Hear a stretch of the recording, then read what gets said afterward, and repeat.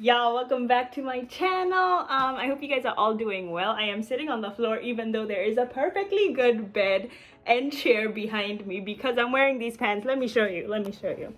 They're actually from Fabletics. They're part of someone famous's collection. I'm not gonna put their name on blast, but these pants, literally, I thought they looked so cute online, and then I bought them and I low-key look like a highlighter. But you know what? It's okay. It's okay. We still wear them around the house and for workouts in here. Anyway, I digress. Let's go back to what we're actually supposed to be talking about today. In my class, as you know, we've been in the breakfast unit. I've posted a couple of recipes. I think the last recipe I posted was the blueberry streusel muffin recipe. Which one of you actually made? I'll post a picture right over here. Thank you very much for doing that. Like I said, if you guys try any of the recipes that I post, I'd really like to see them, so make sure you tag me in them. We also made a pancake recipe in the breakfast unit. This recipe is not one of mine personally, but I found it on Pinterest and it works really well. The kids really enjoyed it. So if you're tired of your basic old pancakes, y'all, when I tell you these pancakes are so good, they are bomb.com. They're not your average pancake. They're not your average. The disrespect. Can I help you? Corona has just heard me talking about those pancakes and she's like, I want to be part of this conversation. Girl, can I record? Are you kidding me? Are you freaking kidding me? Corona, why do you have to ruin everything? Oh, you're so cute though. Mwah. Okay, BRB. Anyway, what I was trying to tell you guys is we're now moved on to the stock soups and sauces unit. I'm not going to be posting the recipes from that unit. I'm not making videos anymore. I have retired. Honestly, kids have come back face to face and I still have half my class online. So juggling between face-to-face instruction and online instruction is already a hot mess express, and it's already so much to handle at once. So on Wednesdays, when I have the virtual learning day, I'm not out here trying to give myself extra work. Literally, I'm already spending so much time grading and everything. So unfortunately, this will be the last of my culinary arts series. But I will post a lot of my own personal recipes or what I eat in the days and stuff like that. So I hope you guys enjoy this one. If you do, and if you end up making it, please tag me.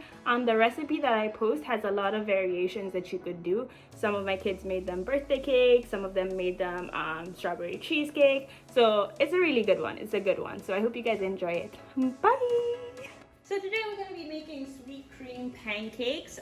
They're so good. I've made them before. They're nice and fluffy. They use heavy cream instead of milk. So they're going to be really rich and the batter is going to look a little thick. As usual, we always start off by laying out our mise en place, okay? So I have AP flour, baking soda, baking powder, 2 eggs, some sugar. I have salt over here, and then my heavy cream. I have my dry measuring cups and my wet measuring cup, so my liquid measuring Pyrex. So you guys already know you're in culinary 1. Dry measuring cups and liquid measuring cups are different. So I'm gonna measure all my liquids in here, and I'm gonna measure all my dry ingredients using these. So let's get to it. Y'all, this recipe is very simple to put together because it essentially has all dry ingredients in one bowl, all wet ingredients in another bowl, mix them together, and we're done. So I'm gonna go ahead and do that real quick. We have our flour.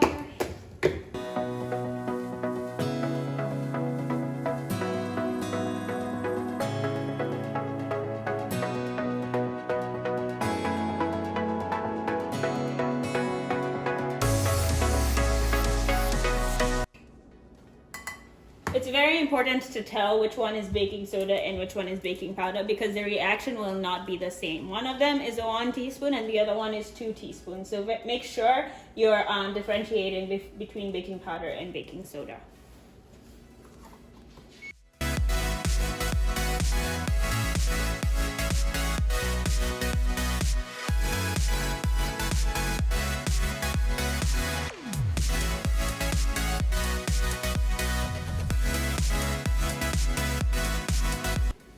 Okay, so now I could pour this into another bowl, or I could work smarter. Working smarter would be putting my eggs and all the other wet ingredients in here so that I don't have to transfer it into something else and make another dish dirty. So that's exactly what I'm going to do. Because I have more space in my liquid measuring cup, I'm going to go ahead and take my eggs and just crack them directly in to that mixture.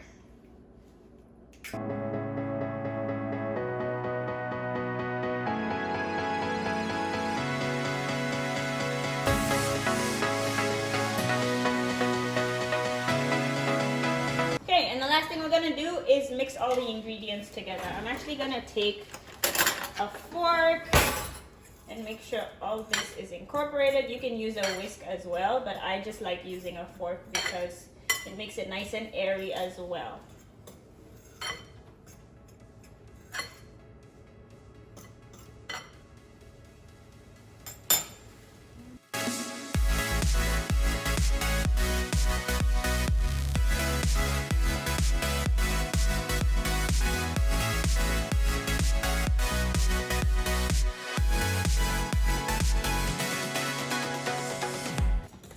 Now this dough, like I said, or not the dough, this batter will be really thick just because we used heavy cream. I'm not gonna overwork the flour because I don't want it to be nice, my pancakes to be tough. So I'm just gonna mix it a little more until the flour is completely incorporated, and then I'm gonna stop. Do not overmix.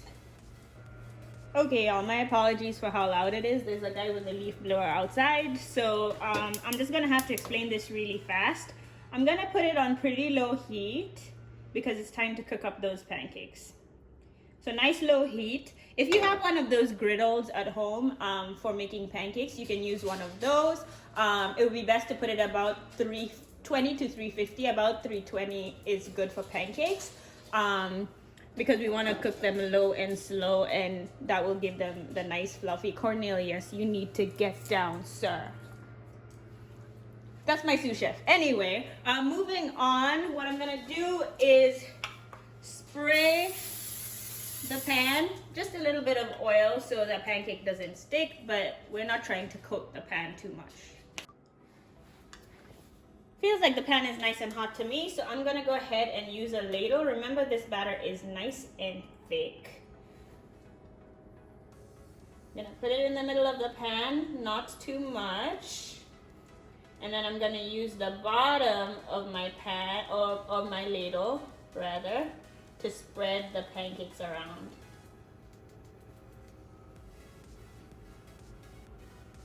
As you can see, I'm making pretty big pancakes here. So we're gonna let it go until we see nice bubbling on the top, and then we'll know that's time to flip. Okay, y'all, I don't know if you can see this, but my pancake has kind of fluffed up, and then it has a bunch of holes in the top, which lets me know that it's pretty loose. Yes, it is. And it's ready to flip. So go ahead and flip that, and that's how your pancakes should look. I'm gonna go ahead and get another pan so I can speed this process up, and then I'll show you once all my pancakes are complete. Now, y'all, something important to note is once you use a pan over and over, after my third pancake, I'm not going to put any more oil on it because I'm not going to need to. The pan will be already pretty lubricated, so I don't need to keep adding oil. I just went ahead and did another pan as well so I can speed this process up. I'm probably not going to go through all that batter because that's a lot of batter, and there's only 2 people who live in this house. So what I'm going to do is Courtney, what's wrong? What I'm gonna do is I'm going to keep that batter in the fridge and use it tomorrow for breakfast or some other time when I want pancakes. It'll hold for about like 2 or 3 days. So if you don't want to go ahead and use all your batter, you do not have to throw it away. Just put it in the fridge and use it the next day if you want to. Okay, y'all, I'm gonna stop making my pancakes right here. I'm gonna go ahead and put that batter in a container and put it in the refrigerator to be used at a later date because we're not really gonna go through all that many pancakes. And pancakes are best when they're fresh. So that's how they should look. Happy cooking, y'all.